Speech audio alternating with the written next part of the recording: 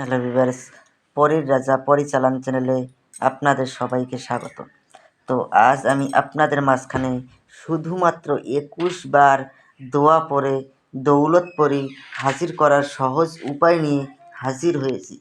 এই দৌলত পরী যদি একবার সাধক হাজির করতে পারে, ওর ঘরে বেসাত ধন দৌলত এই দৌলত পরী ঘরের মধ্যে রেখে দিবে। আর ওই সাধক যত ইচ্ছে ততই আপনারা খরচ করতে পারবেন। কোনো রকম কোনো দিক দিয়ে আপনাদের কোনো রকম সমস্যা হবে না। যত ধন দৌলত চাবেন এই পরীর কাছে আপনাদেরকে উপহার স্বরূপ আপনাকে ততটাই এনে দেবে। আর এবং ভবিষ্যতে আপনার ভালো খারাপ সব ধরনের কাজ এই দৌলত পরী আপনাকে করে দেবে। এটা যদি আপনারা নিজেরা প্রয়োগ করতে না পারেন, চালানের মাধ্যমে যদি নিতে চান, স্ক্রিনে দেওয়া নাম্বারে আপনারা আমার সঙ্গে যোগাযোগ করে নেবেন। আর যদি অন্য কোনো দেশ থেকে ফোন করতে চান, আমি স্ক্রিনে নাম্বার দিয়ে দেব, দেখে নেবেন। এই নাম্বারে আপনারা যোগাযোগ করে নেবেন, তাহলে পরেই হবে। আমি আপনাদেরকে বলবো, যদি আপনারা এটার প্রয়োগ নিজে করতে চান, কিভাবে করবেন আমি আপনাদেরকে বিস্তারিতভাবে বুঝিয়ে বলে দেব। তার আগে আমি আপনাদেরকে একটাই রিকোয়েস্ট করব, এই সাধনা করার পূর্বে আপনারা আমার কাছ থেকে কমেন্টে অনুমতি নিয়ে নেবেন। অনুমতি ব্যতীত যদি আপনারা কাজ করেন, তাহলে কিন্তু আপনাদের কাজ হবে না। অনুমতির জন্য আমার চ্যানেলটাকে সাবস্ক্রাইব করবেন, লাইক করবেন, শেয়ার করবেন আপনাদের বন্ধুদের মাঝখানে। তারপরে কমেন্টে অনুমতি চাইবেন, আমি আপনাদেরকে অনুমতি দিয়ে দেব। যদি কারণবশত আমি আপনাদেরকে কমেন্টে রিপ্লাই দিতে নাও পারি, কমেন্টে অনুমতি চাইলেই আপনারা অনুমতি অটোমেটিক পেয়ে যাবেন। যদি আপনারা আমাকে দিয়ে কাজ করান, তবেই আপনারা আমার সঙ্গে যোগাযোগ করবেন, না হলে আমার সঙ্গে যোগাযোগ করার কোনো প্রয়োজন নেই।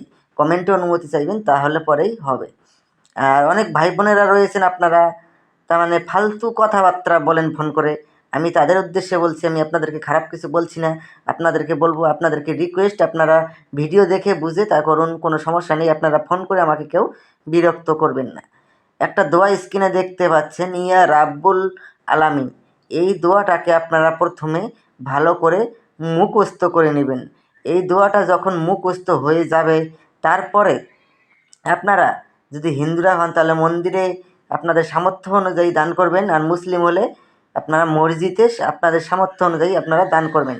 দান করার পরে এটা যে কোনো বৃহস্পতি বা দিনের বেলা আপনারা এটাকে 711 বার জপ করে এটা সিদ্ধি করে নেবেন।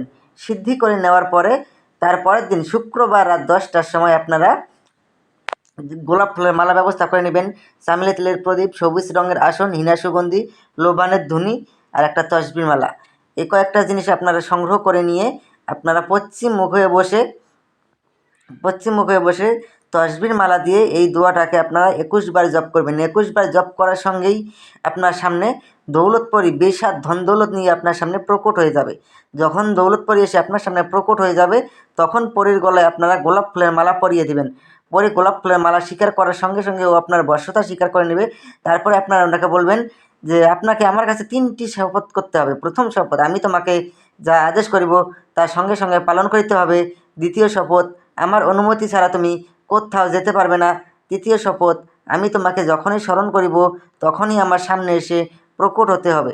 এই 3টি শপথ করার ফলে ও আপনার আজীবন বশ্যতা স্বীকার করে থাকবে। তারপরে আপনারা ওনাকে বলবেন যে, আপনাকে কী নামে ডাকলে পরে আপনি আমার সামনে এসে প্রকট হবেন। উনি আপনাকে একটা নাম বলে দেবে, ওই নাম ধরে যখনই ডাকবেন তখনই সে আপনার সামনে এসে প্রকট হবে।